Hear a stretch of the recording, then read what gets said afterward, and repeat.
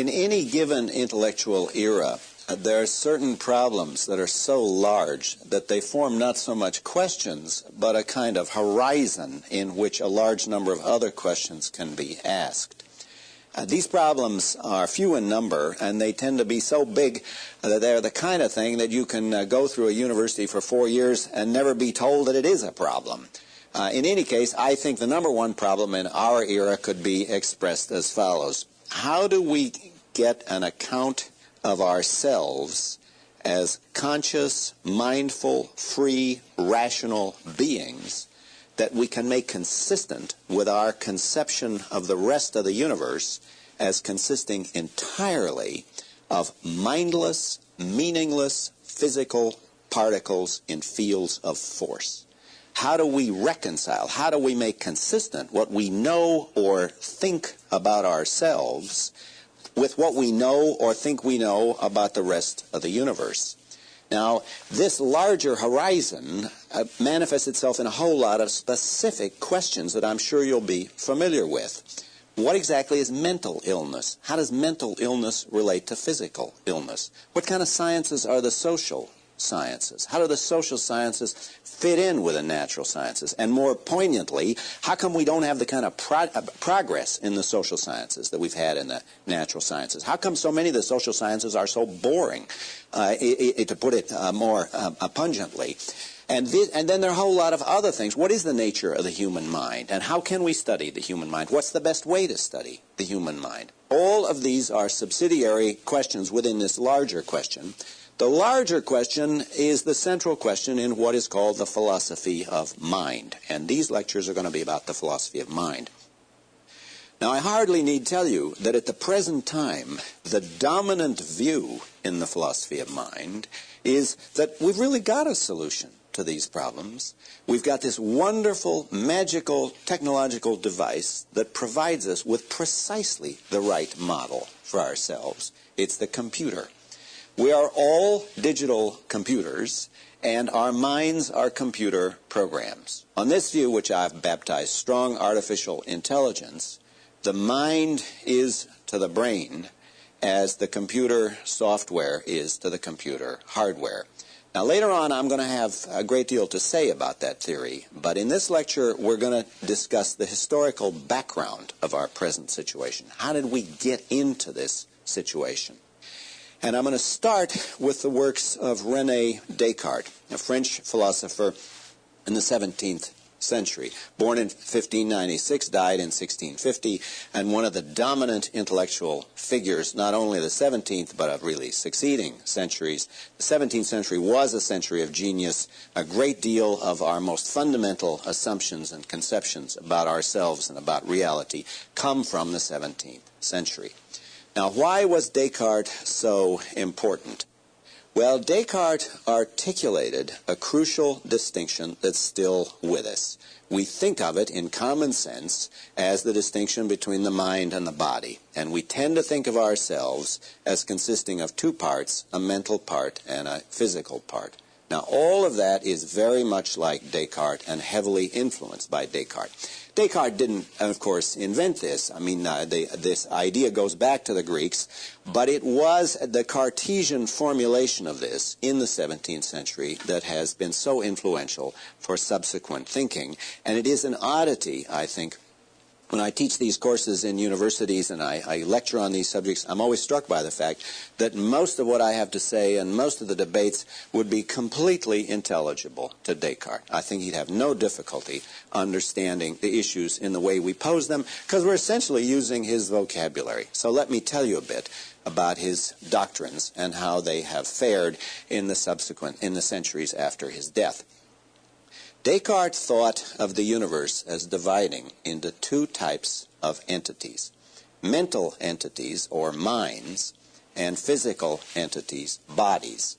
And though he was in his way a revolutionary, Descartes accepted the Aristotelian idea that the universe consists of substances, and these substances have essential properties. So in the Cartesian vocabulary, there are two types of substances in the universe: mental substances and physical substances. And each of these substances has an essence or an essential trait that makes it the kind of substance it is. Now, for Descartes, the essence of the physical is extension. All bodies, he thinks of, are extended in space. Spatial extension is the essence of physical reality. But in addition to physical reality, there is another kind of reality, and that's us, mental reality. And the essence of the mind, says Descartes, is thinking. And by thinking, he means any state of consciousness, not just cogitating, not just worrying about how to figure out your income tax, but any conscious state, whatever Descartes calls thinking. So we're to think of the universe on the Cartesian model as consisting of two metaphysically, fundamentally different kinds of entities. Mental entities whose essence is thinking or consciousness, and physical entities whose essence is extension. Now, what are we? Well, we are essentially mental entities. That is to say, we are thinking, conscious entities, but we also have bodies. And one of the central problems for Descartes is how does our essence as a thinking substance relate to our physical existence as material bodies?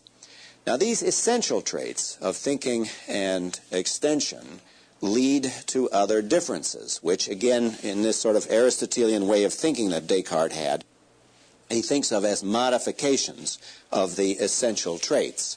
In addition to being conscious, we are, as a form of our consciousness, we're free. The mind is free where the body is determined. So we're to think of the body as our bodies, as our physical body, as like other physical bodies in space, entirely determined by the laws of physics. But where our mind is concerned, we have free will. Furthermore, our minds are indivisible. There's no way that we can chop up our minds into different parts. Whereas bodies, our bodies or any other physical body, says Descartes, is divisible. It's infinitely divisible, in fact, according to him. Now, this already has an important consequence for Descartes' overall view, and that is, it's going to turn out, minds are indestructible. Bodies can be destroyed, but the mind or soul is indestructible. The mind is something that cannot be destroyed by physical forces because it's not a physical entity. Minds are eternal, or in the Christian terminology, the soul is immortal. Furthermore, there's a special relation, a special knowledge relation that we stand in to our own mind, which is quite different from the sort of knowledge that we can have of physical reality. We know our own mind by a kind of inner awareness, and Descartes articulated this in what is his most famous sentence. He said, "I think, therefore I exist. Cogito ergo sum." Of all the things that we remember from Descartes, this is the one that first comes to mind. I think, therefore I exist. And Descartes originally presented that as a proof of his own existence as something that could not be doubted. For the very fact of doubting was itself a form of thinking, and the fact of doubting by itself, in the case of his own existence, was sufficient to prove his own existence. So he couldn't doubt his own existence.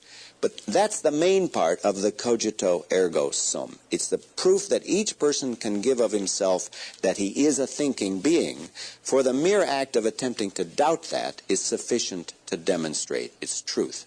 But there's another aspect of the cogito which follows from that, and that is that each of us is aware of ourselves. Each of us is aware of himself or herself as a thinking being by a kind of immediate, unmediated, non-inferential awareness. We know with certainty about the contents of our own mind by the act of cogitation, by the act of the cogito, by the act of I think. So in Descartes, then, you get three consequences of the mind as a thinking essence, of the mind as a conscious essence. It's indestructible, it's completely free, and we have certain and indubitable knowledge of its contents. We can't doubt the contents of our own minds.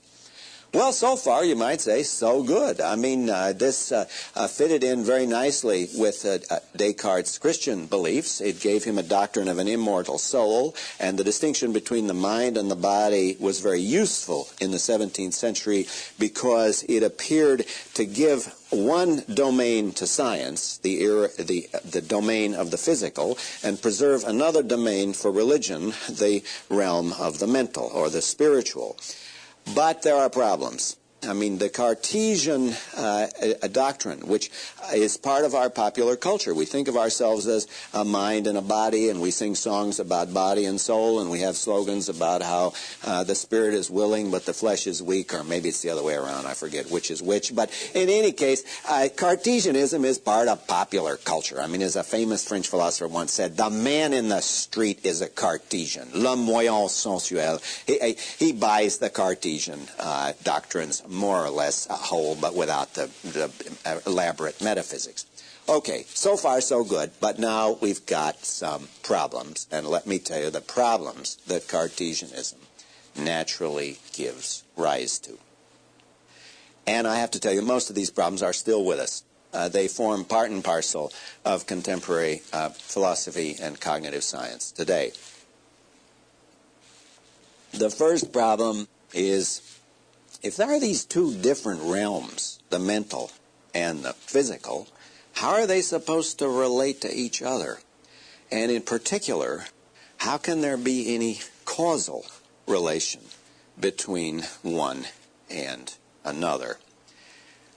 This has a certain poignancy to it because at one level, we're inclined to think if there's anything we know, it's that our own minds affect our bodies, and our bodies affect the contents of our minds. But if we're to think of these as separate metaphysical realms, I mean, there's this realm of the mental and the realm of the physical.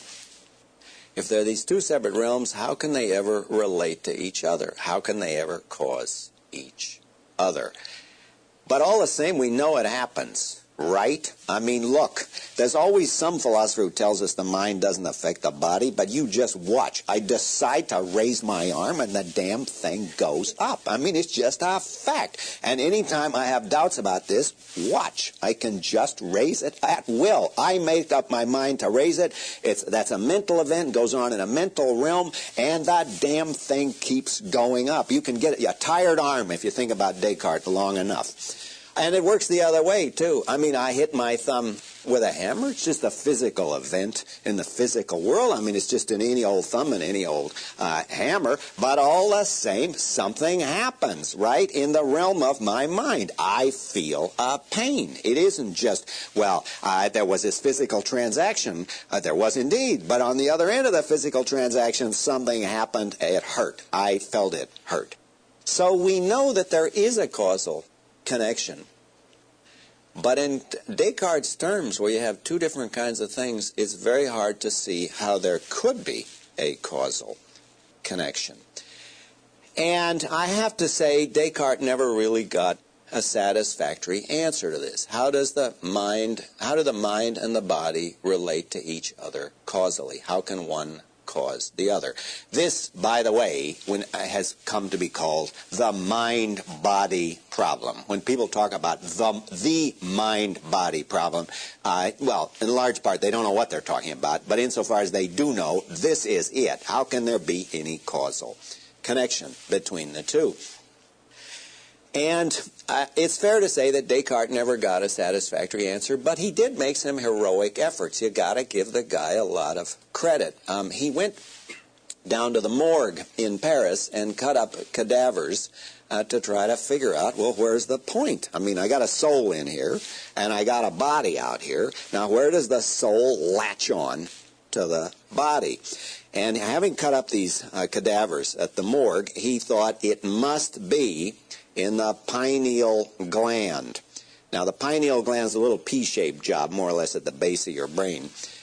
And why did he pick the pineal gland? And the answer is he picked the pineal gland because as he took the head apart, he could only find one thing which was, so to speak, by itself. Everything else was double. There are 2 eyes and 2 ears and 2 hemispheres to the brain, but the pineal gland is this single unity. And he thought, in order to account for the fact that our experiences are unified, I mean, I have them coming in from 2 eyes and 2 ears and 2 nostrils, but all the same, they're unified into a single experience. The point at which the soul attaches to the body must be a single entity. A desperate move, but you can see he had a real problem, and he tried to find a solution to it. Now, we smile a bit when we hear that the pineal gland is where the soul affects the body. But it's not so obsolete. I debated Sir John Eccles on British television, and he's a Nobel Prize-winning biologist.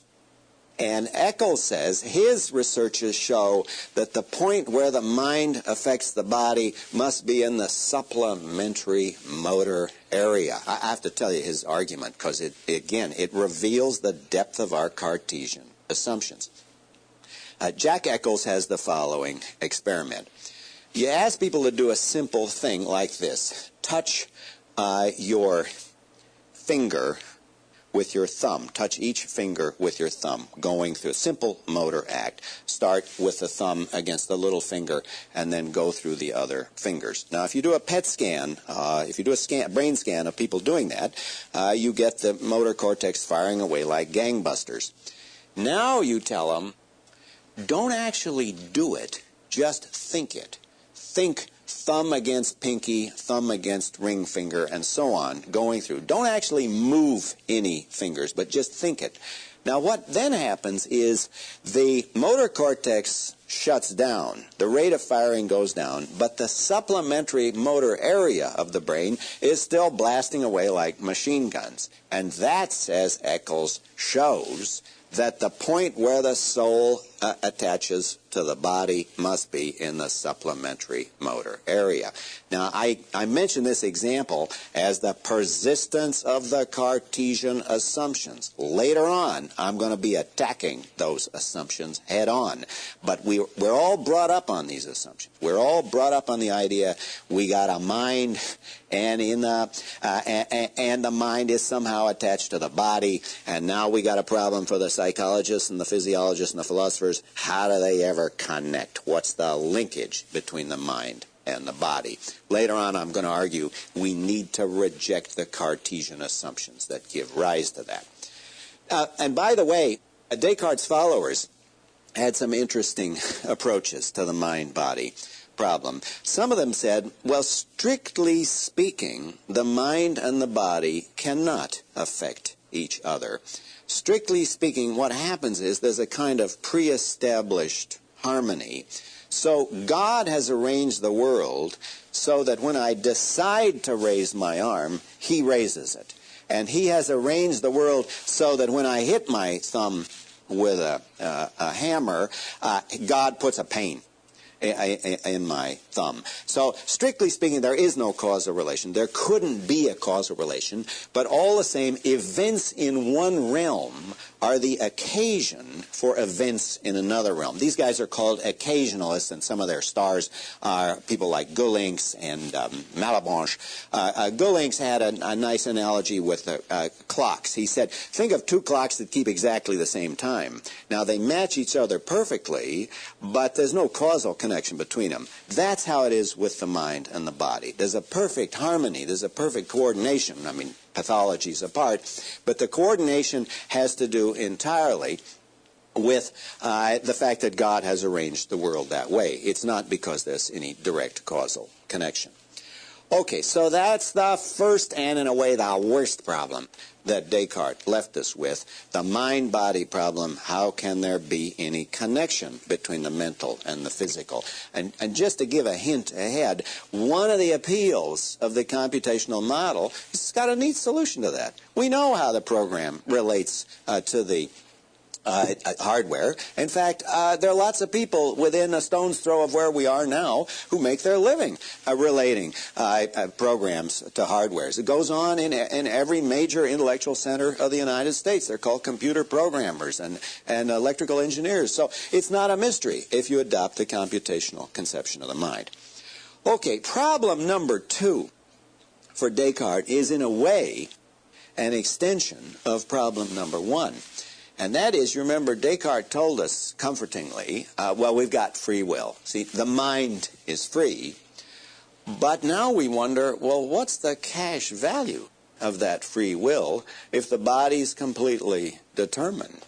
That is, if everything that happens to my body was written in the book of history when the Big Bang came, or when God created the universe, if everything that ever happens is entirely determined by the laws of nature, so that the lecture I give now, the sounds coming out of my mouth, are entirely determined by purely physical causes, then what possible cash value can there be to the doctrine of human freedom? And in the most poignant version of this problem, the doctrine would be, essentially, minds don't make any difference to the physical world. They can't make any difference to the physical world because they're not physical. They're this sort of extra stuff tacked on. And there's a name for that view. That view is called epiphenomenalism. The idea is that the mind, mental states, consciousness, though they do really exist, they have a kind of honest-to-John existence. They're like the froth on the wave that comes into the beach, or they're like the light reflected off the surface of the water. It doesn't really matter. It doesn't make any difference. If we were conscious froth, I mean, we're there, the froth on the wave coming into the beach, I'm sure we would be thinking, boy, it's a tough job bringing these damn waves in, and you never get a day off, and we have to haul them into the beach and then haul them back out again. But that's not how it works. I mean, the froth might have the illusion that it makes a difference to physical reality, but we who know how the world works know that the effect of the froth on the wave is trivial, marginal, and that's the doctrine of epiphenomenalism, that our minds are just a froth on the wave of physical reality. Yes, we do have minds, but they don't matter, so free will is entirely an illusion. And I think it's fair to say Descartes never got a satisfactory answer to this question either. What he says is, in the Meditations, he says, well, look, we're free when we feel ourselves to be free. We're free when we think, oh, well, I'm acting freely. I decide to raise my arm goes up, so that's that. But that's not much help, because what we want to know, I mean, Descartes doesn't answer this question for us, is if my arm going up is entirely determined by physical forces that were present at the creation of the universe, such that it's written in the book of history that my arm is going to go up right then and there, then it looks like my mind doesn't make any difference to the world. My mind is just going along for the ride. Okay, now another set of questions, and this is our third question that Descartes left us with, is if I am locked in my own consciousness, if I am a conscious being locked into this prison of my own consciousness, aware of myself by way of the cogito, then how do I know all these other people have anything going on inside? I mean, all I see is a physical body. What makes me think there's anything going on by way of mental states inside these other bodies? What I see are physical bodies, and you say things to them, and they make a noise through a hole in the lower half of their face when they answer you, but I have no evidence at all that they have any consciousness.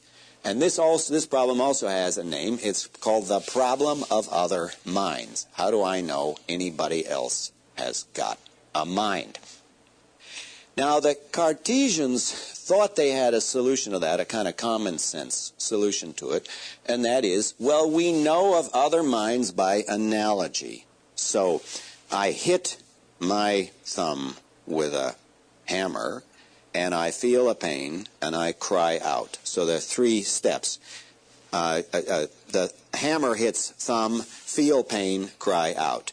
Then I hit your thumb with a hammer, and you cry out. So I infer, oh, well, by analogy, then there must be this conscious state going on inside. You must be feeling a pain just like me.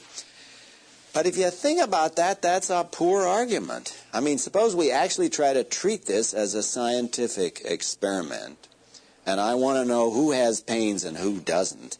So we all put our thumb on the table, and I take a hammer and pound around. What does science show me? This one hurts. Those others didn't feel a thing. I can hammer them all day, and I don't feel anything.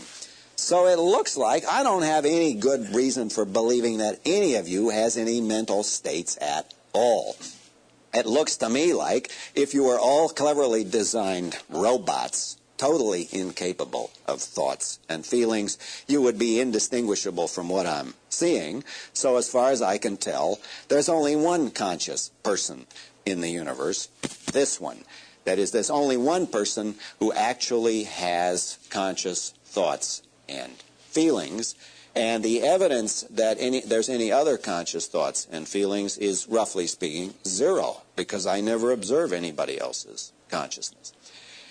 Now, this view tends to lead to a doctrine which Descartes, of course, did not accept, but it's hard to see how we avoid it, and that's the doctrine that essentially I am the only conscious being in the universe, and that doctrine has a name. It's called solipsism. Solipsism is peculiar among philosophical theories, and that as far as I know, no famous philosopher ever held it. I mean, just about every crazy doctrine has been held by some famous genius somewhere at some time, but I can't find anybody who actually comes out and says, I am a solipsist. Now, there may be a good reason for that, because, of course, if somebody was a solipsist, no point in his bothering to tell us, because we don't exist. Solipsism is also peculiar in this respect. If you're a solipsist, I immediately refute you to my own satisfaction. That is, if you come to me and you say these words, I am a solipsist, only my conscious states exist, I don't think, well, gosh, maybe she's right. I don't think that. I know perfectly well that she's mistaken. On the other hand, my solipsism cannot be in that way refuted by me, though my solipsism is instantly refuted by you, assuming you really do exist. So there's a peculiar asymmetry in solipsism, which is not typical of philosophical views. Your solipsism is no threat to me at all. I know you're mistaken. My solipsism, on the other hand, cannot be similarly refuted by me, but can be refuted by you on the daring assumption that you really do exist. I said a minute ago that I couldn't think of any actual solipsists. Bertrand Russell reports one case. You got to be careful about Russell in these matters, but in any case, here's what he says. There was a famous logician, Christine Ladd Franklin, who was the first woman PhD in philosophy, I think the first woman PhD in the United States, and a very brilliant logician. And Christine Ladd Franklin wrote a letter to Bertrand Russell in which she said, Dear Russell, I have become a solipsist. I am enjoying it immensely. I wonder why more people don't take it up. And this is the problem that solipsists always have. It does seem to be self-refuting. Okay, well, now we got three problems with Descartes. We got the famous mind-body problem. My students like to call it the mind-boggle problem. We've got the problem of freedom and the problem of other minds, but it gets worse, or at any rate, it doesn't get much better in the immediate future. It looks like just as we had skepticism about other minds, how do I know that other people have minds at all? So there's going to be a problem about knowledge of the external world. That is, how do I know there are material objects out there? How do I know there's a physical world out there? Because remember, on the cogito, all that I'm ever directly aware of are the contents of my own mind. All that I can ever actually directly perceive are what's going on inside my own mental space. Now, this is a peculiar doctrine of perception, and Descartes hardly bothers to argue for it because he thinks it's obvious, but I want to call your attention to how special it is. The problem of perception is how exactly do our perceptual experiences relate to reality. And Descartes takes his account as the only possible account, but I want to explain to you that there are other possible accounts. The most naive view of perception is this one that says the perceiver directly perceives an object. So there's a tripartite conception of perception. There is the perceiver, the act of perceiving, or the conscious experience of perception, and the object perceived. So if I hold up my watch, I, a perceiver, perceive the watch, and there is a conscious experience which has the watch as its object. The object of my experience is the watch, but I am directly aware of the watch itself. And that view is called realism, or perceptual realism. I like to call my version naive realism, because a lot of the people who attack me on this think they're very sophisticated. So I like to emphasize the naivete of my realism.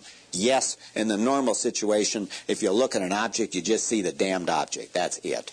I mean, there are special problems about illusions and hallucinations and so on, but in the normal case, when you look at something, you really see it. That's not Descartes' view. Descartes' view is that all you can ever really perceive are the contents of your own mind. All you can ever perceive are your own ideas. But then that raises the question, what's the relationship between the ideas you really do perceive and the object that you don't perceive? So I look at my watch, all I can ever perceive are my ideas of a watch, and then on the other side of my ideas, on the other side of my experiences, I suppose there's a watch there. But how do I know there really is a watch there? So you've got a radical skeptical question. How do I get from my ideas to the external world? How do I know on the basis of the perception of my ideas that there really are objects there? That theory of perception, that we perceive a kind of pictures of the world, where it's as if we're locked in a movie house and all we can see is the movie screen that's going on in our head or in our mind. When we want to know if there's a real world on the other side, that's called the representative theory of perception, or sometimes it's called representative realism. It's the doctrine that you don't perceive reality itself, you only perceive representations of reality. You perceive your own mental representations. Now, Descartes, again, I think did not have a satisfactory answer to the question, how do you get from the idea you do perceive to the object you don't perceive? What justifies you in inferring the presence of a watch when all you actually see is your own experience of the watch? Descartes' move was fairly desperate. He says, look, I've proved the existence of God already, and on the basis of the assumption that God is by definition not a deceiver, that God wouldn't lie to us, that God wouldn't systematically deceive us, then I got to assume that when I clearly and distinctly think I'm seeing a watch, then there really is a watch there. Otherwise, God would be a liar, right? Otherwise, he'd be deceiving us. Well, that's a fairly desperate move. I mean, if I've got to have God helping out in order for me to see my watch, then it does look like I haven't got a satisfactory answer to skepticism. But that was the best Descartes could do. Now, once again, I want to remind you, these issues are still with us. In a recent book by Francis Crick, a very good book called The Astonishing Hypothesis, Crick accepts pretty much a Cartesian conception. What he says is, we don't have direct awareness of objects that we see. All we actually are directly aware of is a mental representation in our heads. And sometimes he even said it's a little worse than Descartes, because he says what we actually are directly aware of, what we directly perceive, is a symbolic description. So what I really have that I'm perceiving when I look at my watch is a kind of description of my watch, and then somehow or other I've got to infer the presence of the watch from the description of it. So this idea that you don't actually see the real world but only your own experiences, and then you've got to make an inference to the real world, that looks like it's going to create very severe skeptical problems, and it does. How do you know there's a world there? What sense does it make to say the idea which you do perceive resembles an object which is invisible.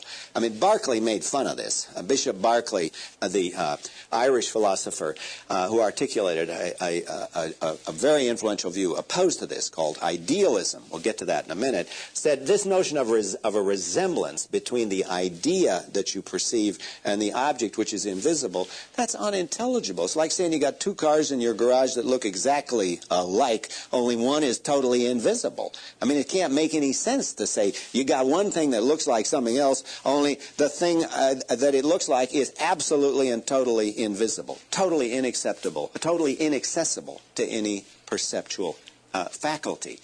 Berkeley didn't use the example of cars, but anyway, he gives good examples like that. So the radical solution, if we think naive realism is just too naive, and we've got the representative theory that says all we can ever see are our own ideas, and then we have to infer reality on the basis of having perceived only our ideas. The radical solution is to try to get rid of the object and say, well, all there is really is just ideas. And that view also has a name. That's called idealism. And the idea then is, strictly speaking, all we're ever aware of are the contents of our own minds, but that's really what reality consists in. Reality consists in mental phenomena, in ideas, in mental entities. By the way, these are called sense data in the 20th century, but I think the old-time jargon's perfectly good. And idealism leads to the 20th century doctrine which says every physical reality can be entirely, exhaustively accounted for in terms of sense data or phenomena. So idealism is sometimes, in its 20th century version, is called phenomenalism. Okay, just to give you some names and numbers of the players here, the superstars of the representative theory are Descartes and Locke. The classical idealist is Berkeley, though I think if we read Hume carefully, we can see he's committed to it, though he's, as is usually the case with Hume, he's ironical. And the most influential idealist was Hegel. And then, of course, we have special problems with Kant, which I may mention later on. In any case, now we're going through the Cartesian problems, and we've so far got 4 serious problems that he hasn't got an answer to. They are the interaction between the mind and the body, the nature of free will and epiphenomenalism, the problem of other minds, and the problem of skepticism about the external world. Now, there are 2 other problems in Descartes that I want to mention. They're less important than these 4, but still, I think they're revealing. I mean, the fact that he had these as problems, I think, tells us that there are some really serious difficulties with his theory. One is the problem of sleep. Descartes, you remember, says minds are always conscious, and we are essentially a mind. So if we should stop being conscious, we would cease to exist, because that is our existence. Our mode of existence is thinking or consciousness. Well, how's he going to account for the fact that pretty much every day we have long periods of unconsciousness every time we go to sleep? And his answer, I think, is revealing. He says, you're always dreaming a little bit. You got to have some little bitty dream going on. Now, that's a pretty desperate speculation, but there is at least a certain amount of a fragmentary psychological evidence for it. When they do these unfortunate experiments on their freshmen and they make them sleep with all this apparatus on them, whenever they wake them up, the kid will always report there was some dream going on. Even when they're not in REM sleep, rapid eye movement sleep, you get some report of a dream. Of course, I don't believe Descartes is right that there is no such thing as a state of total unconsciousness. But dreams are more pervasive than had been supposed. So Descartes' speculation had some strength to it. Another, and the final problem I want to list for Descartes is the problem of animals. Now remember, you see, there's a religious subtext to Descartes. It isn't just that we got a soul and a body, but the soul gives us the domain of religious faith and religious doctrine, and bodies are the area of scientific investigation. But now, what are we going to say about animals? If animals also have souls, then it looks like but to put it very crudely, heaven is going to be very overpopulated. I mean, if every flea and every ant has an immortal soul, then it looks like there are going to be an awful lot of immortal souls. And it does seem uncomfortable, to say the least, to think that every animal has an immortal soul. Descartes courageously adopted a radical solution to this difficulty, and his followers were even more radical, Malebranche in particular. What they said was, animals are just very cleverly constructed machines. Animals do not have conscious states. When you see an animal hit, you see a dog hit by a car, and the dog is making a lot of noise, and you think, oh, it must be terrible, poor doggy. Your sympathy is wasted, say the Cartesians, because the animal has no feelings at all. It couldn't. It's just a very cleverly constructed machine. Now, Descartes wasn't dogmatic about this. He didn't say, I'm certain animals have no conscious feelings, but he thought it's pretty sure that they have no conscious feelings. They just respond like plants or stones. They respond in a complicated way, but they're like machines in that they don't literally have any conscious states. And his argument for this is also revealing and influential in subsequent philosophy. What he said is, the crucial distinction between us and animals is language. The proof that we have conscious states and animals don't is that we have language and they do not. Now, frankly, I've always thought this was a desperate and preposterous view. I mean, Descartes cannot have been a dog owner. There's always somebody who says his animals don't have consciousness, and I want to take them to my house and introduce them to my dog, Ludwig. Nobody can talk to Ludwig for more than a few minutes and still think animals are not conscious. But in any case, I would not have convinced Descartes of this point. Okay, so what have we got? Well, it looked like Descartes was wonderfully liberating. I mean, here we were after centuries of boring Aristotelianism, and medieval philosophy was a pretty dusty, scholastic enterprise. Here comes Descartes, and he liberates us. And he liberates us by giving us this separation between the mental and the physical. We're essentially conscious beings. And it looks like everybody can be happy, because the church authorities have the soul as their domain of investigation. The physicists can happily pursue their mathematical analysis of physical reality.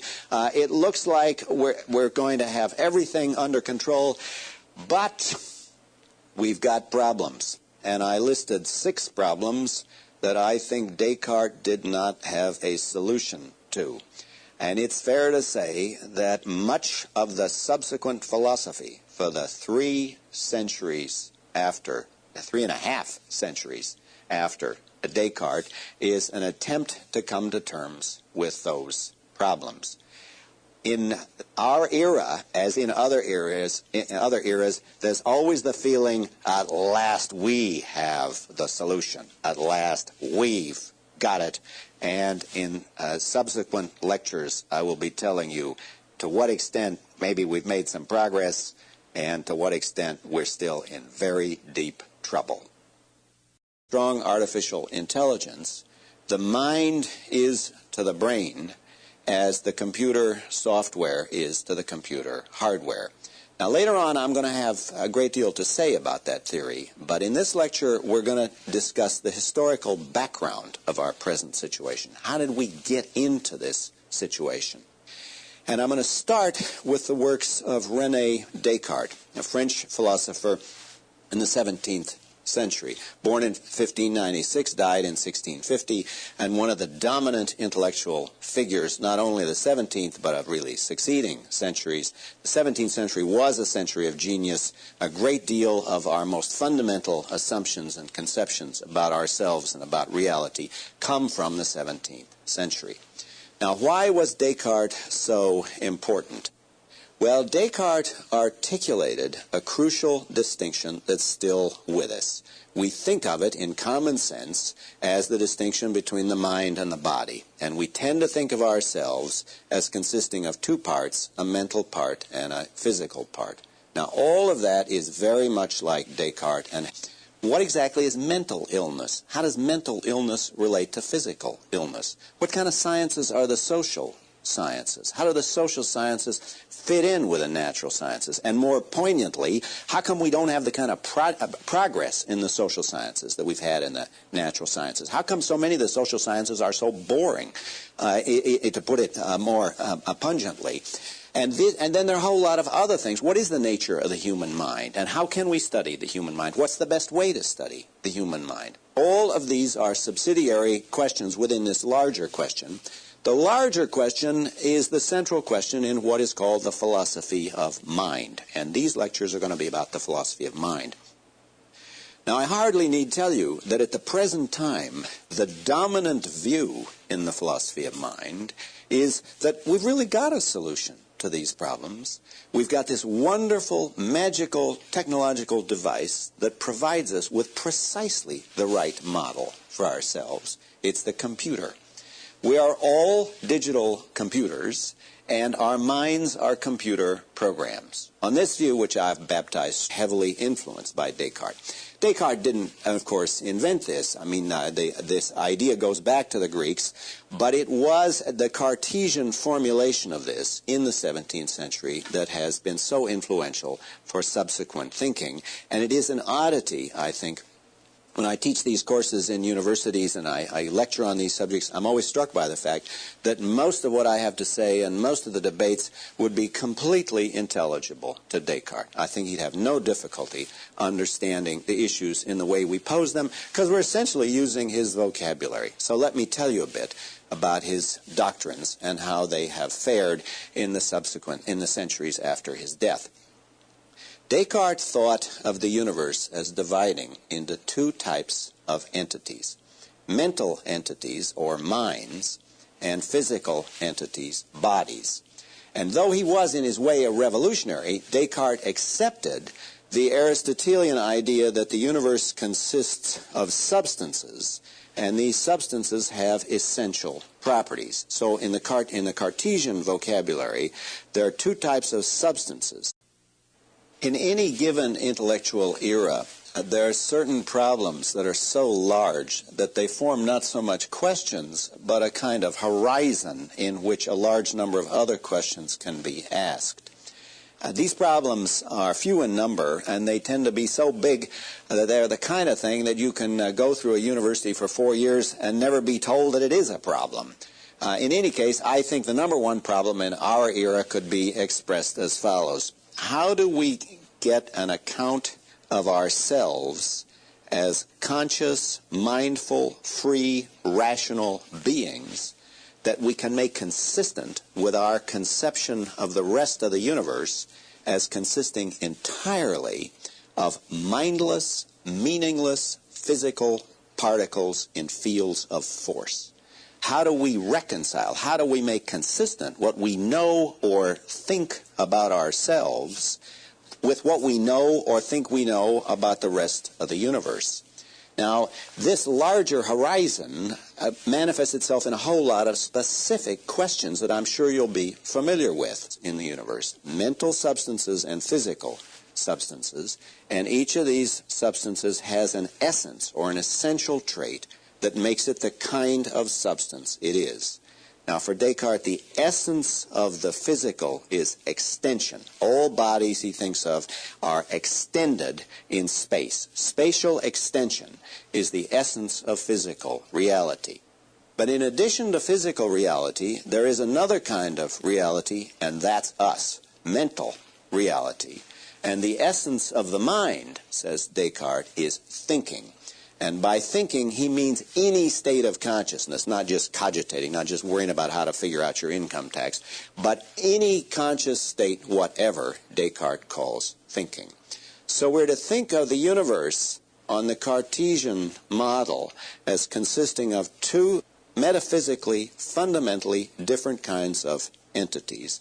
Mental entities whose essence is thinking or consciousness, and physical entities whose essence is extension. Now, what are we? Well, we are essentially